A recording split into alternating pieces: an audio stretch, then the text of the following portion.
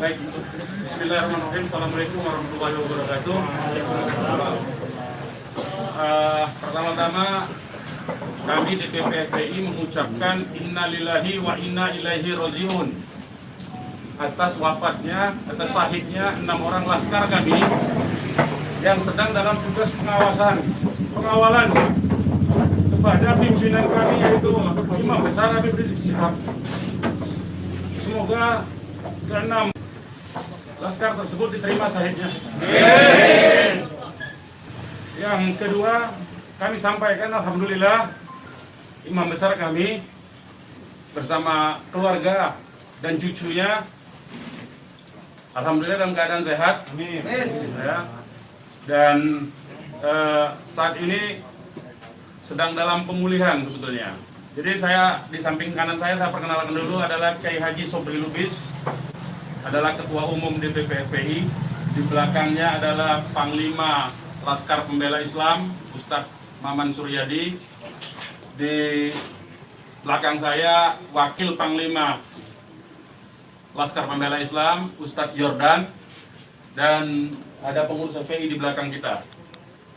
Jadi pertama-tama saya mau sampaikan bahwa kami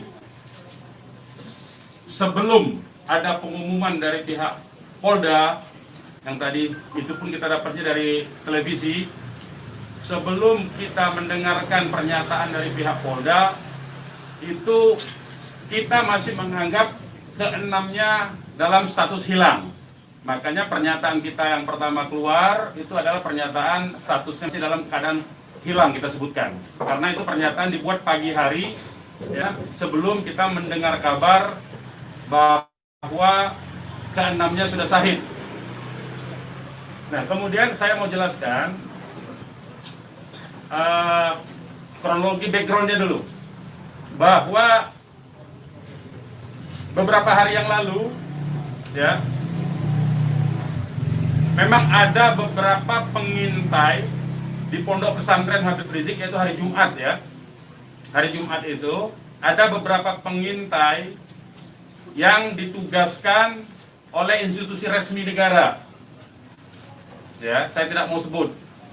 Oleh institusi resmi negara yang ditugaskan mengintai 24 jam. Mereka menggunakan drone dan peralatan canggih lainnya. Dan kemudian ada komunikasi dari laskar yang menjaga Pondok Pesantren Habib Rizik di Megamendung itu dengan para pengintai. Karena kebetulan mereka terjebak dengan cara pengintaian mereka sendiri yang tidak profesional. Ada komunikasi antara laskar penjaga Markas Syariah Megamendung dengan para pengintai. Ya.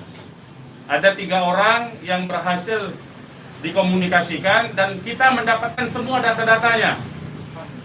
Ya, data-datanya kita dapatkan semua, identitasnya kita dapatkan semua, dan ternyata pengintaian itu bukan cuma terjadi di Megamendung, di lokasi Pondok Pesantren Habib Rizik, tetapi juga di Petamburan sini. Posisinya di sebelah sana, ya, posisi para pengintai. Ada foto-fotonya kita dapatkan. Kemudian juga di Sentul yang sempat dilakukan aksi demonstrasi. Artinya yang saya mau sampaikan di sini, Habib Rizik sejak kepulangannya memang diintai 24 jam. Ada 30 orang. Masih di Sentul, 10 orang di Megamendung. Jadi kita sudah tahu sebetulnya. Ya, kita sudah tahu.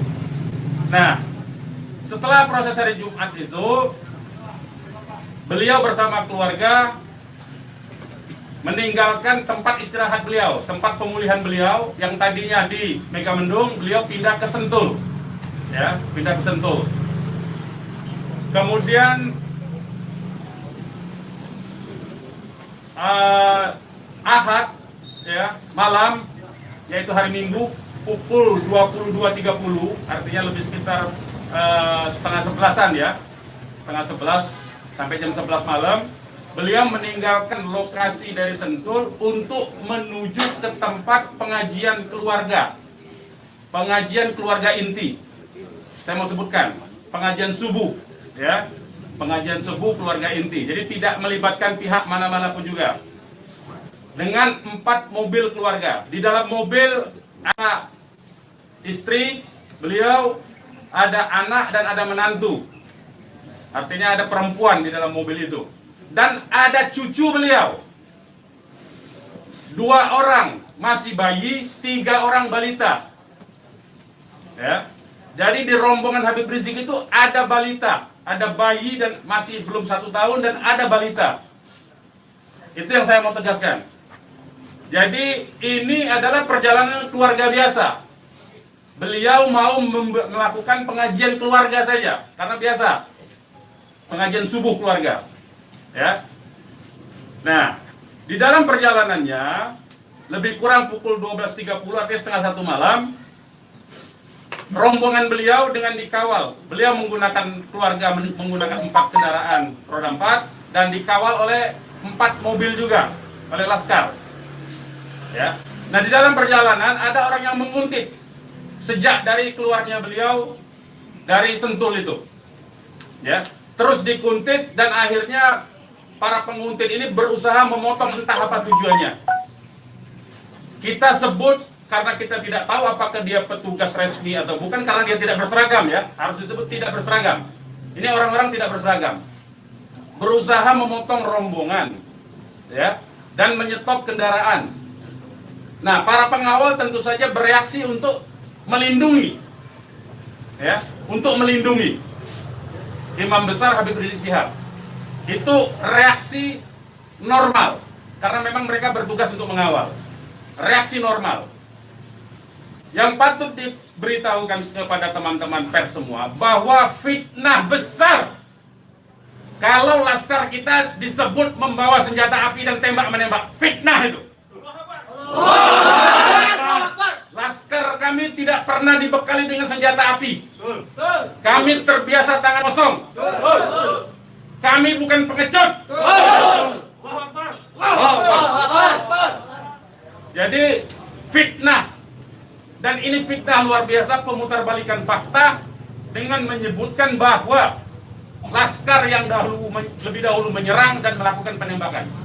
Kalau betul itu coba dicek senjata apinya, nomor register senjata apinya, pelurunya itu semua tercatat. Cek saja, silakan dicek. Pasti bukan punya kami, karena kami tidak punya akses terhadap senjata api dan tidak mungkin membeli dari pasar gelap.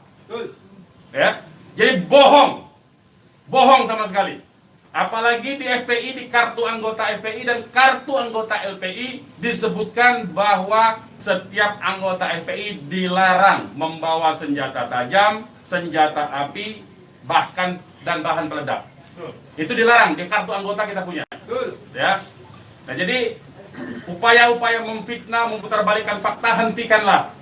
Ya. Hentikanlah. Nah, kemudian kejadiannya, ya.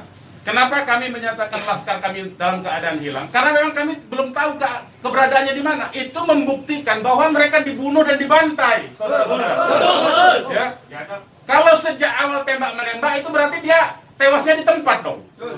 Tewas di tempat pasti banyak. Semalam saya sendiri sampai jam 3 sudah ngecek dengan teman-teman yang di lapangan, tidak ada jenazah di situ, tidak ada keramaian di situ. Yang ada justru petugas aparat setempat yang ada di lokasi yang diperkirakan di sekitar pintu tol Karawang Timur. Ya, di tengah malam itu saya suruh cek. Begitu saya mendengar ada berita terjadi ada laskar kita yang ditembak, kita suruh cek ke pintu tol Karawang Timur. Ternyata tidak ada mobil laskar di situ. Mobil laskar tidak ada, jenazah tidak ada. Kalau itu memang tembak menembak dan tewas di tempat, itu pasti ada jenazah di situ. Pasti membutuhkan proses lama untuk evakuasi di situ.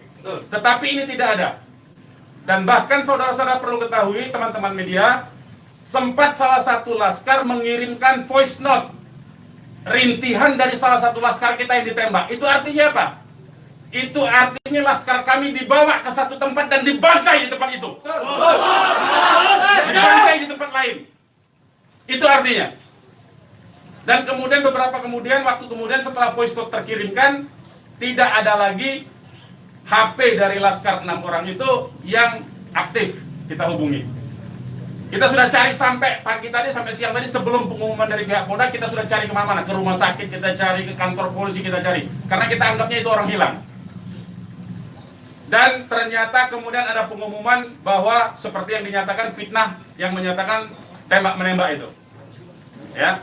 Nah, jadi sekali lagi saya mau katakan tidak betul ya, berdasarkan fakta-fakta dan kronologi yang saya sampaikan bahwa terjadi tembak menembak dan Laskar memiliki senjata api itu tidak betul sama sekali. Itu fitnah besar terhadap kami, fitnah besar terhadap umat Islam. Kami anggap itu upaya memutarbalikkan fakta yang tidak pada tempatnya. Saudara-saudara harus diperhatikan, ini 6 orang ya, 6 orang wafat dibantai, keluarganya ada 1 di dalam. Ya, ibunya ada 1 di dalam, ada 1 orang tuanya laki-laki sedang sholat di masjid. Ya, ini anak-anak kita tahu persis. Anak-anak ini hanya bentuk kecintaannya mengawal pimpinan kami, imam besar, hanya bentuk pengabdian, tidak memiliki agenda apapun, tidak memiliki senjata api, tidak memiliki bahan peledak dan segala macam bentuk senjata lainnya. Dari kami, saya kira itu. Ketua Umum silakan kalau ada yang mau menyampaikan. Silakan.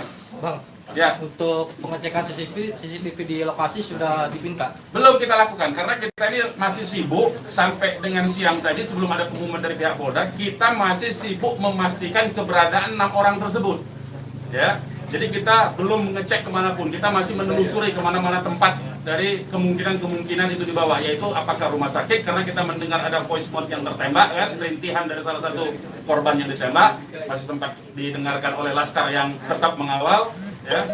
Dan kita belum mengetahui itu sampai hari ini, bahkan sampai detik ini kita belum mendapatkan akses terhadap jenazah. Itu yang patut dicatat. Kita tahu bahwa mereka 6 orang Laskar ini yang syahid ini adalah wafat, baru tahu dari pengumuman ya, dari pihak kepolisian. Jadi itu yang perlu saya sampaikan. Tapi posisi 6 ini gimana sekarang Bang, udah diketahui? Sampai hari ini saya belum tahu. Kita belum mendapatkan informasi. Ini menunjukkan bahwa bukti konkret bahwa jenazah ini dalam kontrol dan kendali penuh, artinya kan.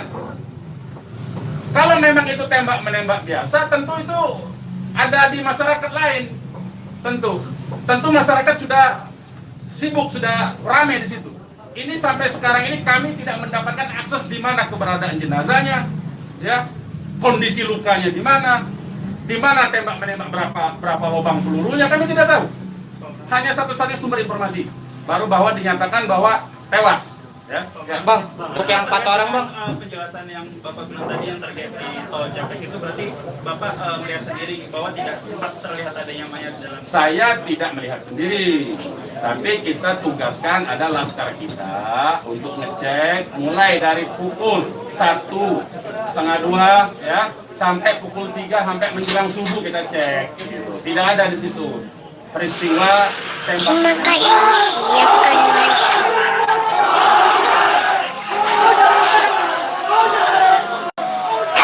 Terima kasih, siapkan masuk. Lokasi yang kita duga tempat terjadinya itu.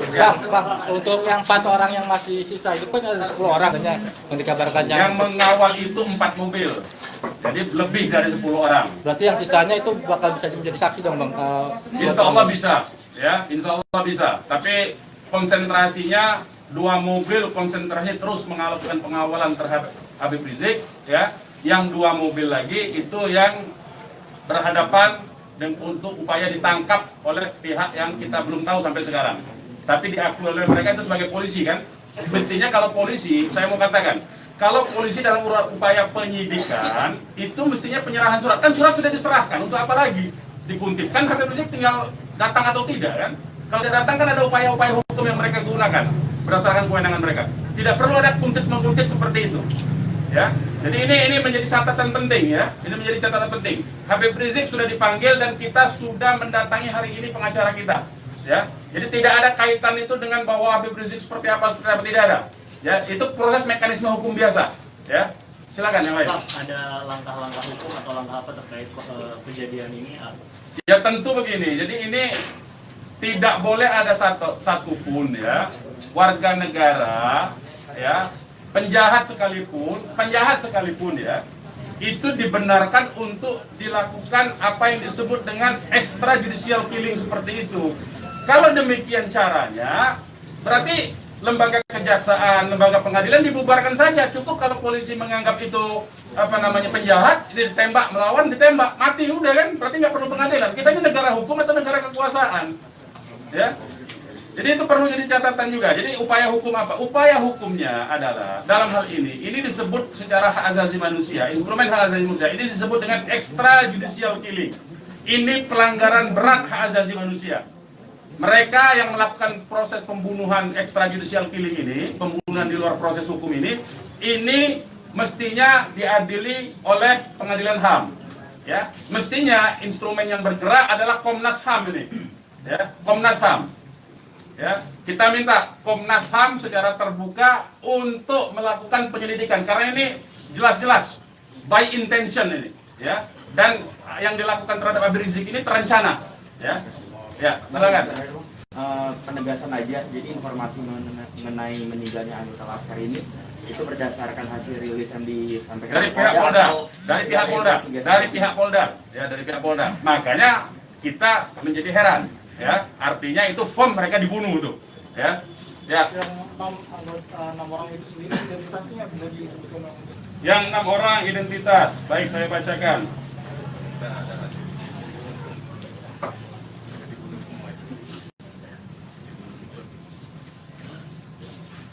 Saya bacakan nama-nama laskarnya ya.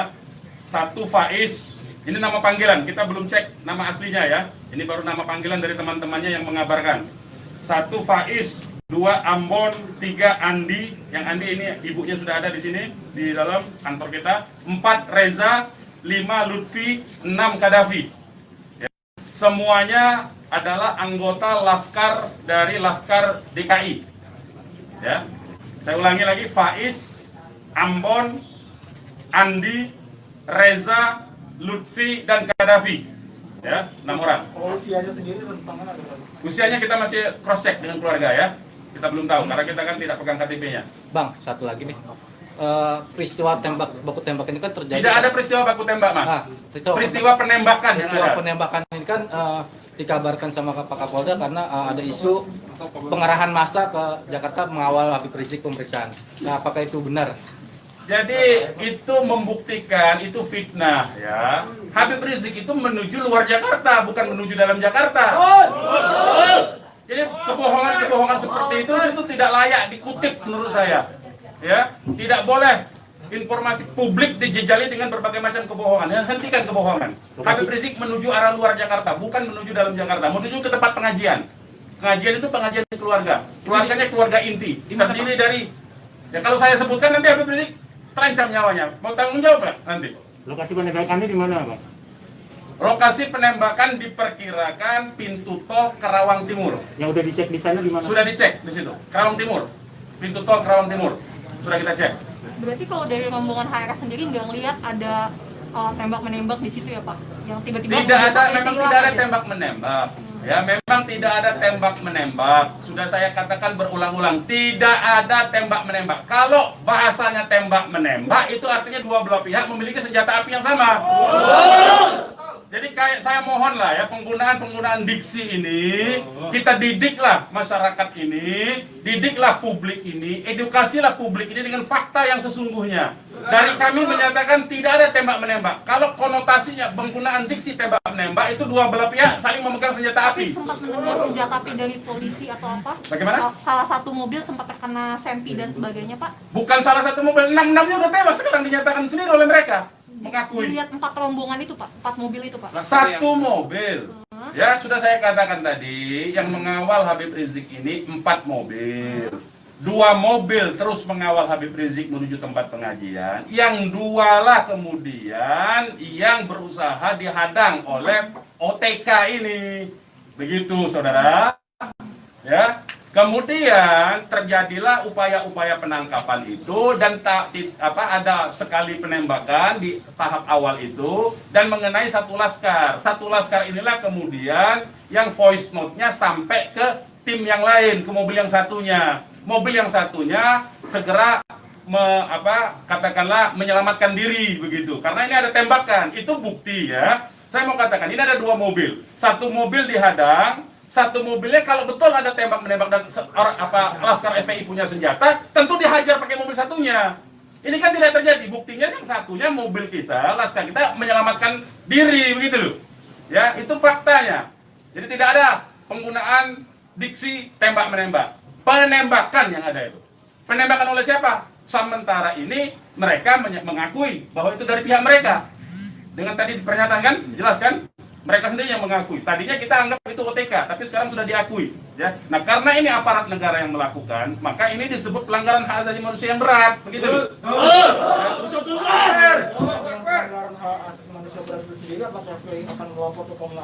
Oh iya, kita akan berupaya tentu saja. Ya, kita akan menggunakan seluruh mekanisme hukum untuk melaporkan peristiwa ini. Ini tidak boleh didiamkan, sebab bisa saja nanti anda semua akan ditembak nanti kalau kritis.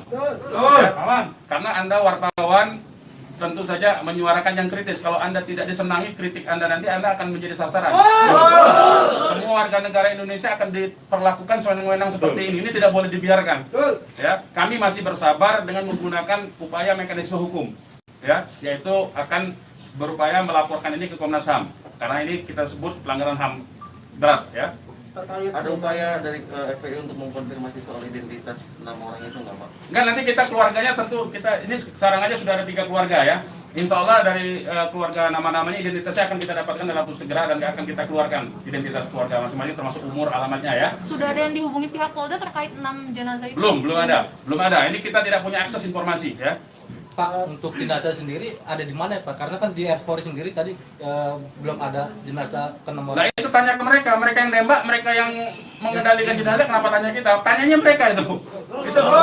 Itu bukti mereka menguasai itu jenazah, ya. Dan dalam kewajiban seorang Muslim itu jenazah harus segera diserahkan kepada keluarga, ya. Jangan dilama-lamakan. Dan keluarga menolak otopsi, tidak dibenarkan otopsi tanpa izin dari keluarga. Terkait dengan kejadian ini sendiri, responnya Habib Rizik itu apa? Ya, beliau tentu saja mengucapkan innalillahi wa inna ilaihi rajiun. Ya, beliau sangat berduka, sangat bersedih karena ini adalah laskar yang semata-mata mengabdi kepada beliau untuk mengawal beliau. Ya. Beliau sangat sedih tentu saja. Ya, beliau sangat sedih. Balik lagi ke orang yang mengintai itu Pak, bagaimana FPI memastikan 30 orang itu benar adalah pengintai yang berasal dari lembaga negara, termasuk yang 3 orang di Mega Mendung? Ya, kita punya pengakuannya, kita punya data-data laporan mereka, ya, kepada atasan mereka, kita punya sampai sekarang ini. Nah, kita tidak tahu apakah ini adalah bentuk-bentuk upaya balas dendam dari terbongkarnya coverage mereka. Ya, kita tidak tahu, ya, kita tidak tahu.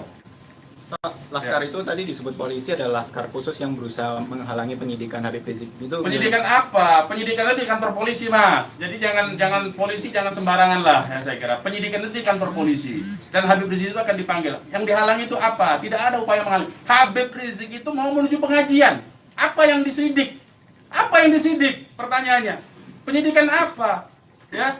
Tidak ada upaya menghalangi itu, ya. Tidak ada upaya menghalangi. Itu fitnah, lagi-lagi itu fitnah. Ini upaya untuk melepaskan diri dari jerat hukum. Ini pelanggaran HAM, saya katakan. Ini pelanggaran HAM, sekali lagi. Ya.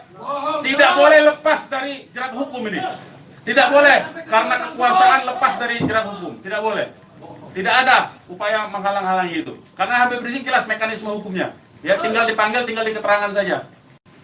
Ya, silakan yang lain. Masih ada? Bang, Ya. Bang, ini barusan IPW merilis tentang kasus ini. Siapa? IPW, Indonesian Police Police Watch. Watch, Jadi oke. IPW mendesak untuk Jokowi mencopot Kapolri sama membentuk tim pencari fakta bahwa ada pelanggaran di sini. Apakah teman-teman FPI akan menggandeng IPW juga untuk membentuk tim fakta? Ya, kalau IPW kan LSM memang dia selama ini berfungsi untuk menjadi pengawas polisi kan, namanya Police Watch kan. Ya, saya setuju, tentu saja terima kasih atas dukungan dari IPW untuk supaya kasus ini dibentuk tim independen. Saya setuju. Dan tim independen itu tentu saja menurut saya harus dipimpin oleh Komnas HAM karena kewenangan itu ada di Komnas HAM ya. Baik, yang lain. Ada rencana untuk melapor ke Propam juga mungkin, Bang? Ya, jeruk makan jeruk nantinya, Mas. Ya, jeruk makan jeruk. Nah, ya. Nanti ini yang jelas ini saya katakan ini ada unsur dugaan kuat pelanggaran hak asasi manusia yang berat. Ya. Karena dia pelanggaran hak asasi manusia yang berat, maka kewenangan itu ada di Komnas, ya, bukan lagi di Propam. Kalau Propam itu sekedar profesi saja, ya. Oke, yang lain kalau tidak ada kita ini. Ya, ini mungkin insyaallah ta'ala kita akan masukkan juga untuk membuat tim pencari fakta dari DPR dan seluruh instansi yang terkait agar supaya tim independen bisa segera dilaksanakan, bisa terlaksana dengan yang berwibawa, dengan banyak instansi, sehingga kita bisa melihat meminimalisir celah-celah kebohongan, ya. Jadi seperti itu. Insya Allah Taala dengan tim pencari fakta independen untuk bisa menguak bagaimana peristiwa ini yang sebenarnya, walaupun kita sudah melihat bagaimana fitnahan-fitnahan yang ditujukan kepada Front Pembela Islam maupun kepada laskar-laskar kami, itu semuanya, tapi tetap perlu untuk bisa terkonstruksikan, ya, dengan data-data dan bukti-bukti, insya Allah Taala dengan keterbukaan dan juga dengan rasa keadilan, insya Allah Taala. Oke. Silakan yang lain teman-teman kalau masih ada. Sekarang Pak Habib Rizik posisinya sedang di mana? Oh, kalau kami kasih tahu nyawa Habib Rizik yang terancam. Mohon maaf ya, kita tidak bisa kasih tahu soal itu. Baik, yang lain nggak ada? Baik, kepada teman-teman media, sekali lagi saya ucapkan terima kasih yang banyak, ya, jazakumullah khairan jaza atas profesionalisme, ya, cross check, cover both side dari teman-teman, karena memang pemberitaan tidak boleh berdasarkan hanya satu pihak saja. Kami hanya menuntut kemukakanlah fakta dengan apa yang sesungguhnya dari kedua belah pihak. Nanti masyarakat yang akan menilai itu, ya. Yang jelas penggunaan diksi tembak-menembak saya kira harus dihentikan, karena itu adalah framing yang jahat terhadap orang tidak berdosa, yaitu 6 orang yang syahid ini. Demikian dari kami. Terima kasih. Billahi taufiq wal hidayah. Wassalamualaikum warahmatullahi wabarakatuh. Takbir! Umat Islam siap! Umat Islam semua! Bakar!